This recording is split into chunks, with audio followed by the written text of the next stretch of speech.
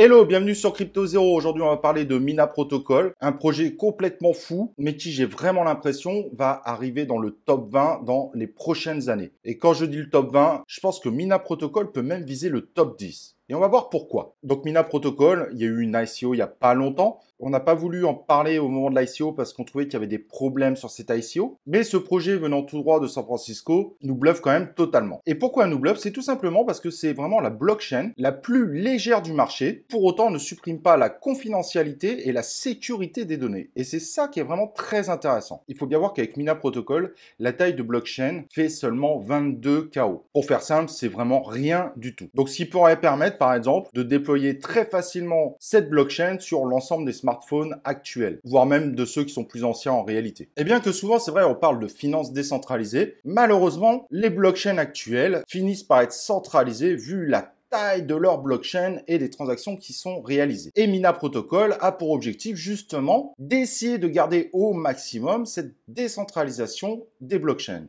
Et donc, en gros, qu'une blockchain ne soit pas accaparée par X ou Y. C'est ça qui est vraiment très intéressant et qui est très novateur.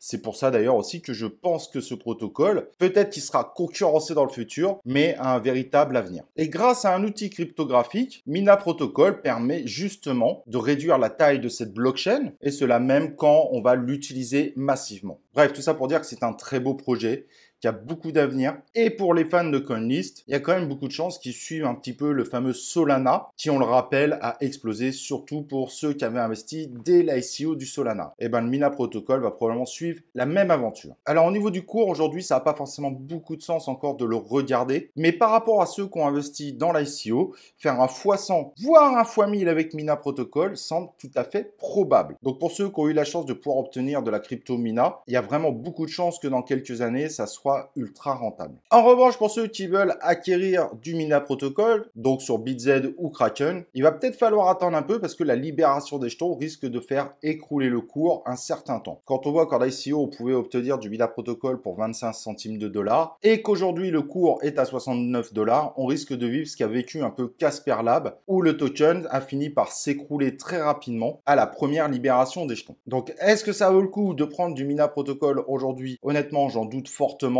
Mais est-ce que ça sera intéressant à l'avenir quand les jetons auront été libérés? Je pense que ça peut être un très bon investissement. En tout cas, on suit de près ce projet. Il est impressionnant. Il pourrait être à l'avenir un futur modèle pour les futures blockchains qui veulent se créer et donc amener évidemment notre univers des crypto-monnaies à évoluer fortement. Pour moi, ce Mina Protocol fait partie des futurs influenceurs du monde de la crypto.